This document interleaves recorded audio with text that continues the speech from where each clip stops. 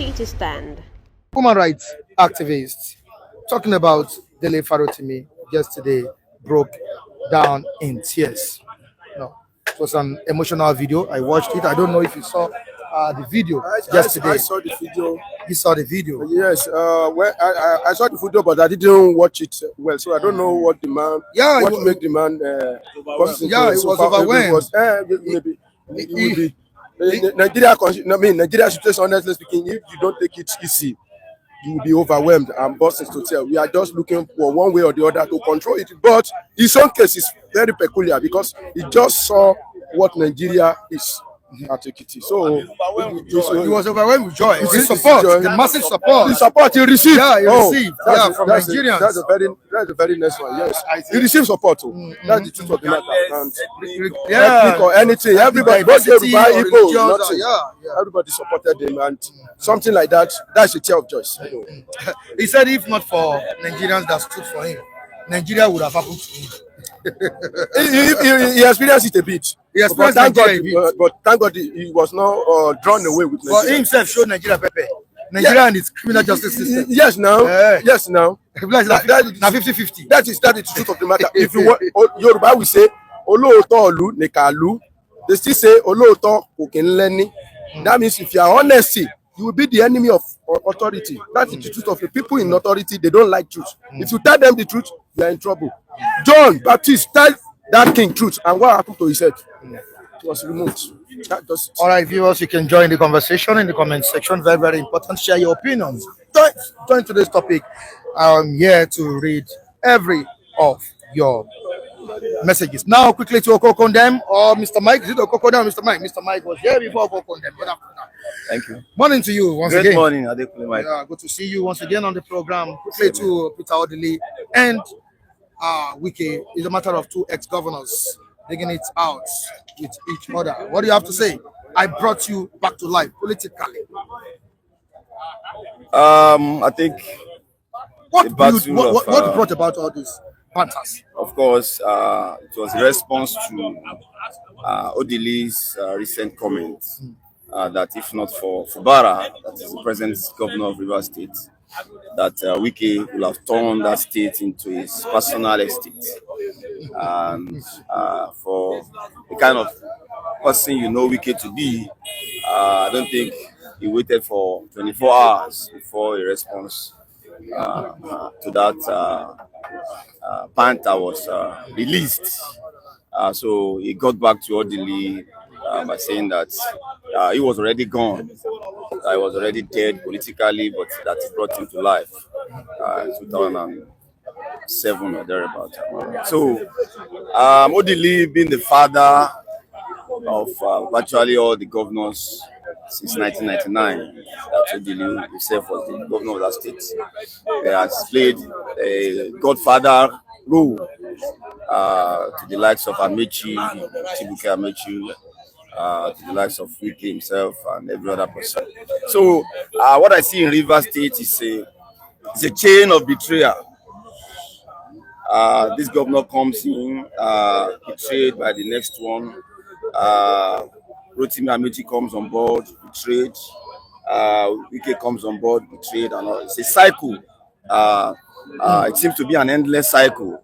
So I won't be surprised if even this Fubara will be betrayed by the incoming administration or whoever comes in as the next governor of Rivers State. So it's a chain that seems to be ravaging that state. Exactly. We have pockets of it in every other state. If you look at Rivers seems to be peculiar that since 99, that has been the trend. Betrayal. Exactly. Since 1999, that seems to be the trend between the godfather and the son. It's a good time to be alive. It's a good time to be around. Listening to that is not going to be the end of those jabs that will be coming from time to time. Knowing the kind of person Wike is, we always want to talk. We always want to give his jab back. So I expected of him to so. Now let's quickly go. I've been overwhelmed by the outpouring of the love, regardless the ethnic or religious uh, coloration of the people. People stood for him massively so during his incarceration. A lot of people heard their view, heard their voice, including some of us on this platform and all of that, towards his release, placing demand that federal government to release him, let him have his days in court, and his fundamental human right must not be trampled upon. And a culmination of all of those. And I know he must have listened to most of some of those messages and all of that, especially when he came out of incarceration, and that overwhelmed him. That probably he never knew he has that level of followership. He never knew he had that level. People could show him that level of love, irrespective of his ethnic group and all of that. So he was overwhelmed, and that was what led to that outburst of emotion. So what lessons should we learn from this? You must stand for what you believe in, regardless of how you be perceived. And I think that's the lesson I'm drawing from that. Stand for what you believe in, especially if it is the truth. Stand for it regardless of how you are perceived, regardless of how you are being victimized and all of that. And I think that's a lesson for some of us. Well, if Nigeria had happened to him, what would have been the repercussion? Well, he will be in the best position to explain if Nigeria could have happened to him if not for Nigerians. You know that statement sounds very that rhyme sounds very funny. That if not for Nigerians, Nigeria will have happened to him. Well, I don't want to speak for him. I don't know what he meant. He will be in the best position to say the way he meant it, that Nigeria will have happened to. I don't know what it means for Nigeria to happen to him. I know what it means. Will come and help us. This is the first time we'll be seeing a case of defamation, being taken so seriously like this. What lessons should people that into defaming people learn from this? No, I mean it should. I'm not, and that if you have been following that has been my position. That Afe Babalola has every right to ventilate his right in court. He has every right to demand that what was said about him as regards Farotimi's book, Nigeria's criminal justice system. What was said about him, what was said about his chambers, must be proven, and that is what he has demanded for. And I think that is not too much to ask for, if you ask me. That is not too much to ask for. And as I've always said, I will be surprised that a Dele Farotimi will not have all the evidences of what he has talked about. I'll be shocked because he's a lawyer. He's in the system. He understands the implication of some of the things he has wrote in his book.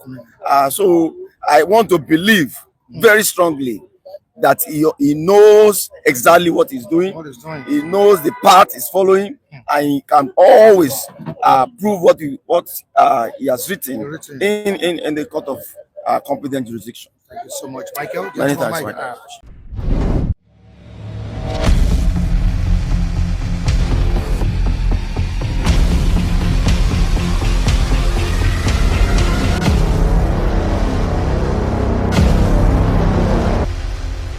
To stand.